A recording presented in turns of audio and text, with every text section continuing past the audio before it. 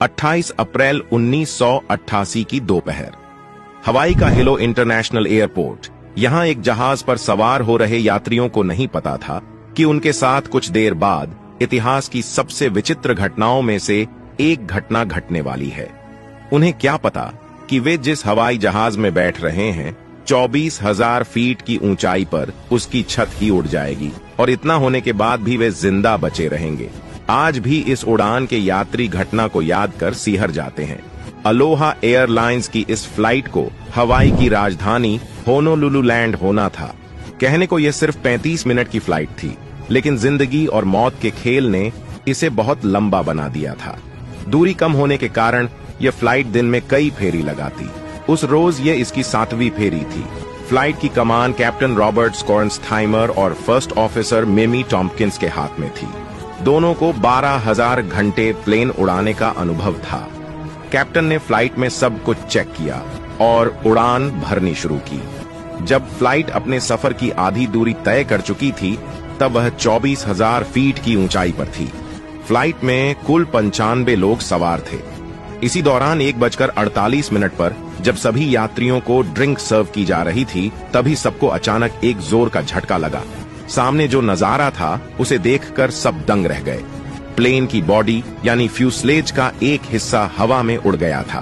Plane की पहली से छठी रो तक की छत और दीवारें गायब थीं।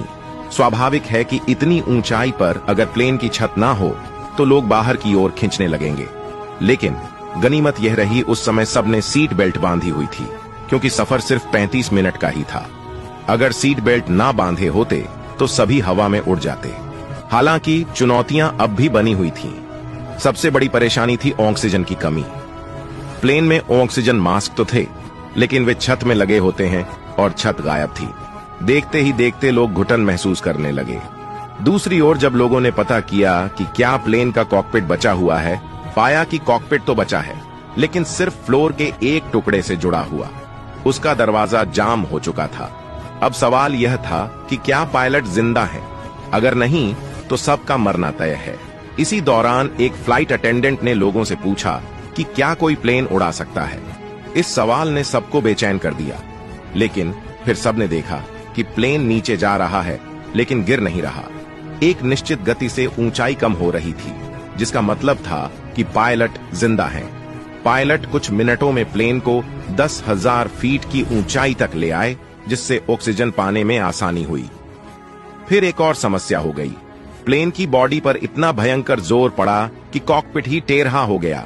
उसे देखकर लगता था कि अब टूटा कि तब।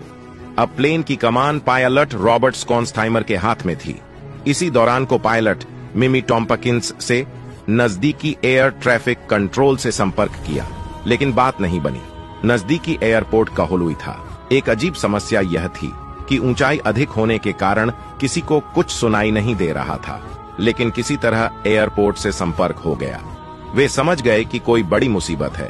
तत्काल रनवे को खाली किया गया।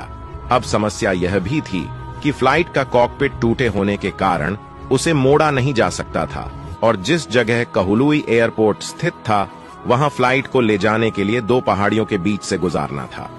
यह बिना फ्लाइट को मोड़े संभव नहीं था। रॉबर्ट ने सोचा प्लेन को पानी पर लैंड करा दिया जाए, लेकिन टूटे जहाज के कारण लोगों के पानी में डूबने का डर था। आखिरकार फ्लाइट को मोड़ने का फैसला लिया गया। किस्मत ने साथ दिया और फ्लाइट को सही सलामत मोड़ लिया गया।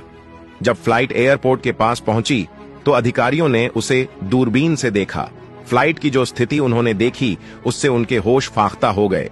बिना छत का एक जहाज हवा में उड़ रहा था। अंदाजा लगाना मुश्किल था कि इस फ्लाइट में सवार लोगों का क्या हुआ होगा। आखिरकार पायलट ने विमान तेजी से रनवे की ओर बढ़ाया, लेकिन अभी मुसीबतों का सिलसिला खत्म नहीं हुआ था। अब फ्लाइट का लेफ्ट इंजन फेल हो गया था। पायलट के सामने कोई विकल्प नहीं था और फ्लाइट को रनवे पर उतारा गया। किसी तरह घिसटते हुए वह थम गया।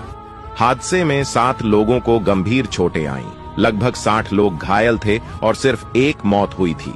मरने वाली थीं फ्लाइट अटेंडेंट क्लाराबेल लांसिंग। उन्होंने सीट बेल्ट नहीं बांधी थी और अनुमान लगाया गया कि वह हवा में उड़ गई होंगी। घायलों को अस्पताल पहुंचाया गया। उन्हें खुद पर यकीन नहीं हो रहा था कि वह जिंदा हैं। इस मामले की उच्च स्तरीय जांच हुई, जिसमें अलोहा, बोइंग और सरकार तीनों को जिम्मेदार माना गया। बोइंग को पता था कि अलोहा की फ्लाइट जर्जर हो चुकी है, उनकी स्थिति उड़ान भरने लायक नहीं है। इसके बावजूद अलोहा कंपनी ने उनका मेंटेनेंस नहीं किया। कंपनी में कोई योग्य इंजीनियर भी नहीं था। एविएशन के इतिहास के इस अजीबोगरीब हादसे पर कई फिल्में और डॉक्यूमेंट्री बन चुकी हैं।